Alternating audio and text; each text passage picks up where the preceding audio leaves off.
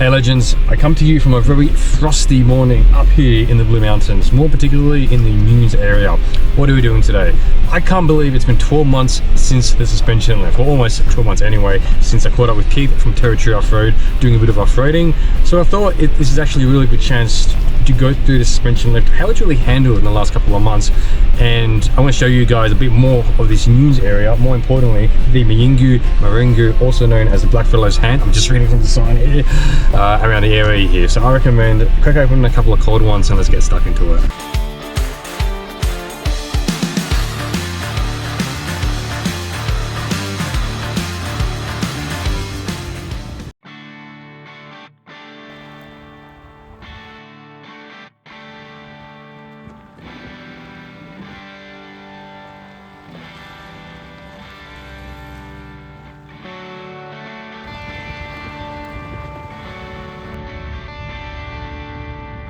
So before I get stuck into everything I've done and everything I'm going to do with the suspension, we're going to dip in for a bit of a break around the hand caves. And this is a really cool area that's not far from Lithgow, maybe around a 10-15 minute drive away from the town.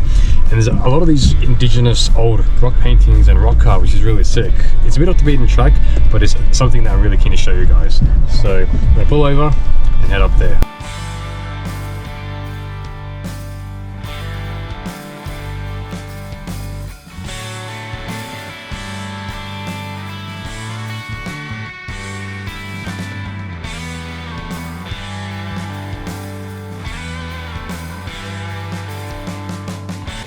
Now check this out, this is actually really sick. It's all this old indigenous hand art and drawings. It's not often you get to see something or get this up close to something like this either.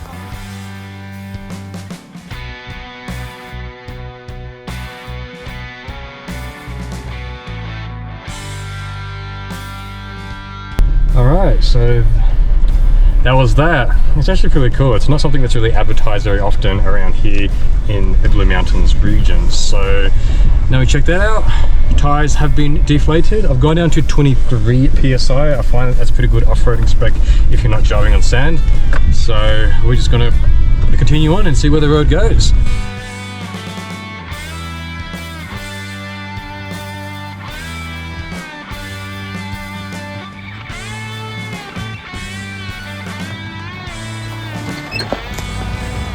Go here, but then I'm going to lose my traction, but that's okay. It's not the end of the world. Gentle, gentle, gentle,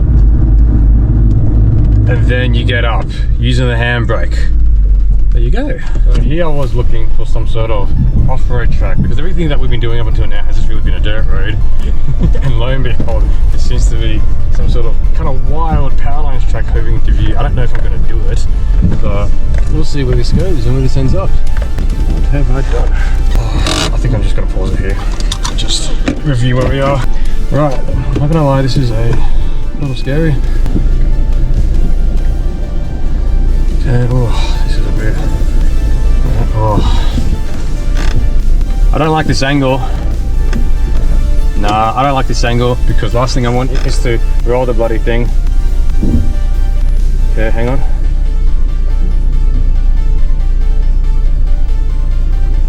Okay. Oh, jeez. Oh my god. Sheesh.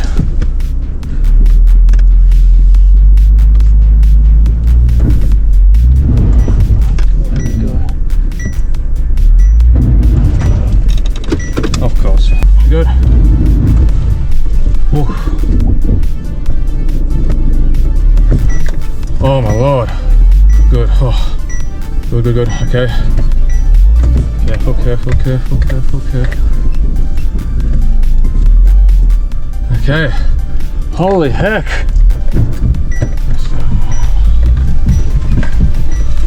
Oh boy. Oh lord. That was stressful to say the least.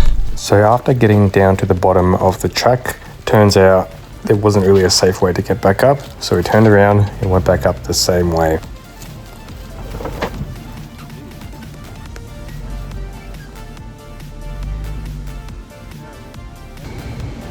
Tricky one. Drop in the comments, what do you reckon? Muddy or a bit more undulating? I'd like to hear your thoughts on this. This is good though. We're not stuck, we're not broken, we're not anything. This is what I like right now. At least we're in a position to assess. When we've not gone too far and thought, crap.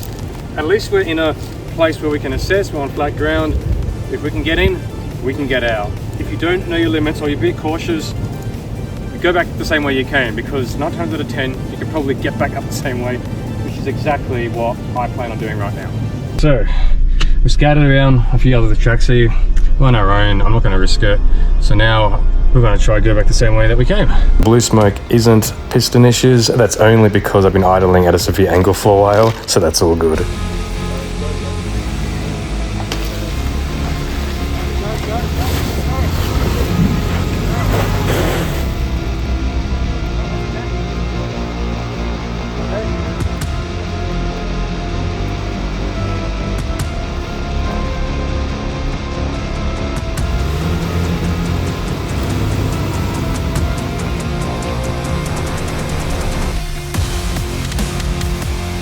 So this was actually kind of the chicken shack, but frankly that was crazy steep. Maybe if I was with someone I would have given it a crack.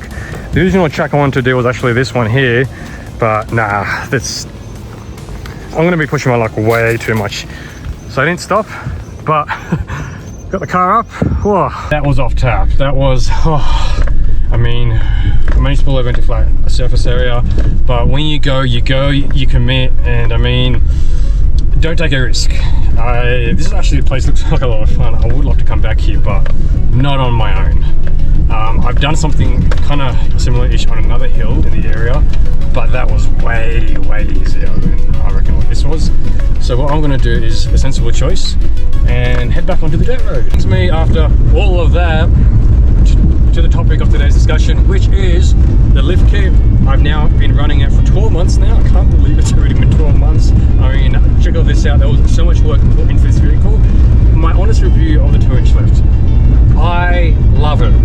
I absolutely love it. It has changed the whole look and feel of the vehicle. It has enabled me to go to places that I would have only dreamed of only 2 years ago when I first bought the vehicle. It has taken me off-roading through rivers, through amazing campsites, and most importantly, it's taken my fiance, my mates, and introduced them into an outdoor off-road world and things like that. I absolutely love it. Now, it does put a bit more stress on your drivetrain, and I think that's what I want to talk about as well. Start with the 1-inch lift. If you're getting into this, start with a 1-inch lift. Don't do a 2-inch to start with. Here's a picture of a bloke who's running a 1-inch lift. How good does that look? That actually looks really sick. It looks like the real deal, and it is the real deal. And that will take you on the beach, on the sands, that will take you to off-roading tracks, you know, chuck some more terrains, you're laughing. And if you want to fit these lift kits as well, unfortunately, a lot of mechanics might not necessarily do it because, to be frank, it's not an off-the-shelf thing. And this is where having an amazing community and amazing resources available to you, to all of us, is really important. If you have an attitude of, I'm going to give it a crack, I'm going to give it a go, and I'm going to learn on the way, this is a hobby that I could wholeheartedly recommend to anyone. Even, you know, you learn how to put your suspension, springs, and more importantly, you learn how to do this out in the bush as well, because no one knows your car better than you know it. Now, that is starting with a 1-inch lift. I'm running a 2-inch lift. There is more that comes with it. You put more stress on your CVs, you put more stress on your upper control arms. I blew my upper control arm ball joints when I first fit it. If you're willing to just give it a go though and learn as you go, there's nothing wrong with doing a 2-inch lift. It's just that you have to be patient.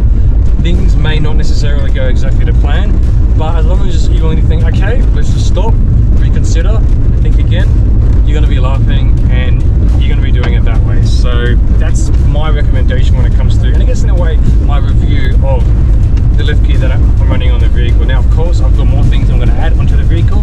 I've got a locker, I've got a snorkel that is still not plumbed up, and I've got a bull bar that I'm going to mount. And I reckon after all that, the car is going to be mint. I'm not going to lift it anymore though. I'm lift it as much as I can, because that's when you got to do like a subframe drop and things like that, and I'm not doing any of that. So that's where the car is now, really.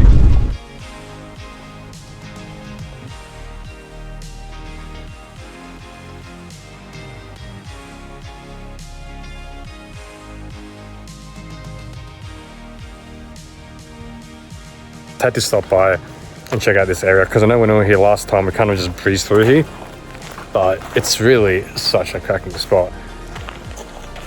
It's not far from Lithgow either. I highly recommend everyone comes here and checks it out. They have graded this a bit more because last time we were here it was a bit more hairy. It has been graded, but it's still a cracking spot to come to.